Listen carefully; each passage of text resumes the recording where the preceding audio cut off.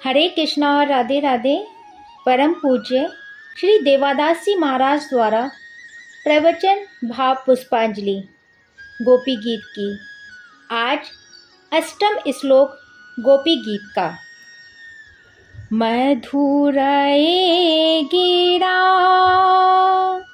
बलकुबा कया बुद्धि मनो गया पुष्प रेक्षण विधि करी रिमा वीर मूर्ति अधर सिधुना व्याय यश्वना। इन गोपियों को ऐसा लगा जैसे श्याम सुंदर हमारे अगल बगल में कहीं छुपे बैठे हैं और पूछ रहे हैं, और क्या अभिलाषा है? तुमने अभी तक कई प्रकार की इच्छाएं बताईं। सिर पर हाथ रख दो, फिर कहा इससे काम नहीं चलेगा, दर्शन दे दो। फिर कहा दिया अपने चरणों को हमारे सीने पे रख दो। अब क्या कहना चाहती हो? अपनी उस बात को बताने के लिए गोपियां पहले भगवान का गुणगान करती हैं। मधुरया गिरा, आपकी वाणी बहुत मधुर है। इस वाणी के द्वारा बलकु वाक्या, सुंदर सुंदर वाक्यों के द्वारा बुद्ध मनोज्ञा, प्रबुद्ध जनों को भी प्रिय लगने वाली बातें, इन सब के साथ पुष्प रेक्षण, कमल नैनों के सुंदर दृष्टिपात द्वारा विधि करी रिमा, हम सब दासी हैं। वीर मुहवती, हे वीर, हम आपके ऊपर मुग्ध हो गई हैं। इसलिए हे प्रियतम, अधर सिधुना व्याय यशवा ना, अपने अधरों के अमृत का पान करा दो। यह हुआ सात्विक अर्थ। अब भाव। मनुष्य के पास बोली एक ऐसी अद्भुत शक्ति है, भगवान की दी हुई, जो अन्य प्राणियों में या तो है नहीं या अविकसित है। वो केवल इशारा कर सकते हैं, या भूख लगी है तो एक विशेष प्रकार की ध्वनि करते हैं, डर लगता है तो दूसरी ध्वनि करते हैं। मनुष्य की वाणी में शब्द हैं, वाक्य हैं, सरसता है, सुसकता है, मधुरता है, कटुता है, आकर्षण है, विकर्षण है और भयानकता है, जिससे आदमी डर जाए। मधुरया गिरा, मीठी वाणी में मिठास कहाँ से आती है? यह समस्त विद्याओं, समस्त कलाओं की देवी एवं भगवान की शक्ति सरस्वती माता की कृपा से आती है।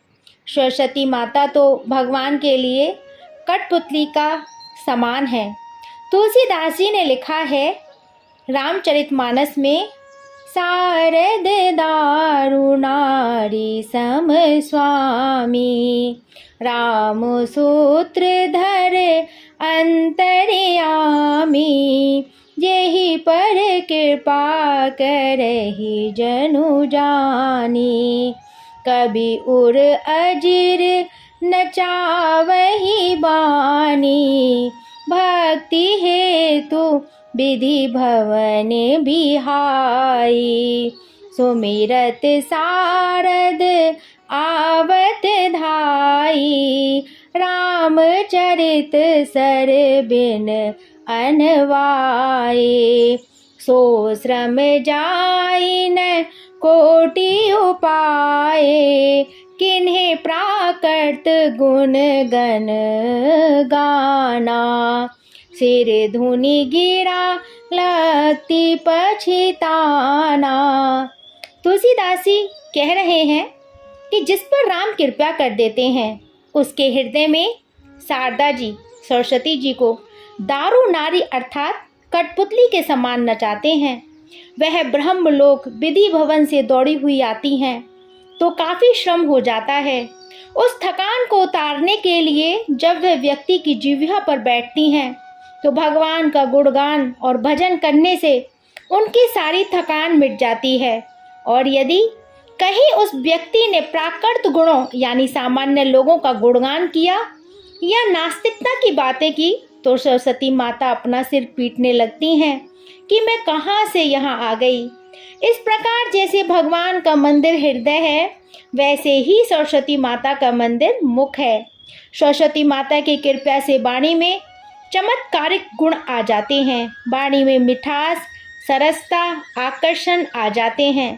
तो यहाँ तो बात स्वयं भगवान की है, जिनके लिए सरस्वती माता कठपुतली के समान है, तो उनकी मधुराय गिरा वाणी में कितनी मिठास होगी, कितना अमृत होगा, इसकी कोई उपमा नहीं है। बल्गु वाक्या, वाणी में ही केवल मिठास ही नहीं, प्रभु आपके वाक्य भी बड़े सुंदर होते हैं और इतने सुंदर होते हैं कि बुद्ध मनोज्ञा दुनिया के बड़े बड़े विद्वानों के भी हृदय जीत लेते हैं।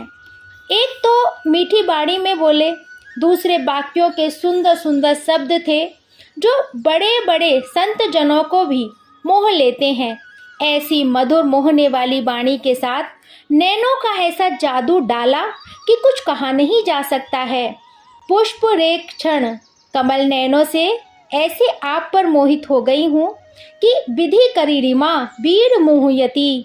हे प्रियतम, भले ही संसार में हमारा विवाह किसी दूसरे से हो गया हो, लेकिन अब तो हे वीर तुम ही हमारे सब कुछ हो। यह धर्म हो या अधर्म, हमें इसकी चिंता भी नहीं है। विधि करी रिमा, प्रभु अब हम सब आपकी दासी हैं, हम आप पर मोहित हो चुकी हैं। हमारे प्राणधन तो केवल आप ही हैं, इसलिए अब इतनी बात और पूरी कर दीजिए। अधर सिधुना व्याय यशवा नहा, अपनी अधर सुधा का दान कर दीजिए, उस अमृत को भी पिला दीजिए हम सबको। ठाकुर जी का अधरा अमृत सबको मिलता है, लेकिन उसका प्रकार अलग अलग होता है। माधुर्य भाव में ठाकुर जी की कृपा से जिसको उसकी सिद्धि हो चुकी होती है, अर्थात प्रभु ने उसे भाव को स्वीकार कर लिया होता है, उसको प्रत्यक्ष अधरामृत पान करने का सौभाग्य मिल सकता है। हम यदि उसके पूर्ण अधिकारी नहीं हैं, तो स्वप्न में भी ऐसा अवसर प्राप्त हो सकता है। यदि हमारे अंदर माधुर्य भाव नहीं है, अन्य भाव है, तो ठाकुर जी को भोग लगाइए और भावना कीजिए कि श्याम श्यामा उन भोग पदार्थों को उठा उठा कर खा रहे हैं और बाद में उनको लीजिए तो उसी भाव से ग्रहण कीजिए। भक्त और अभक्त में यही अंतर है।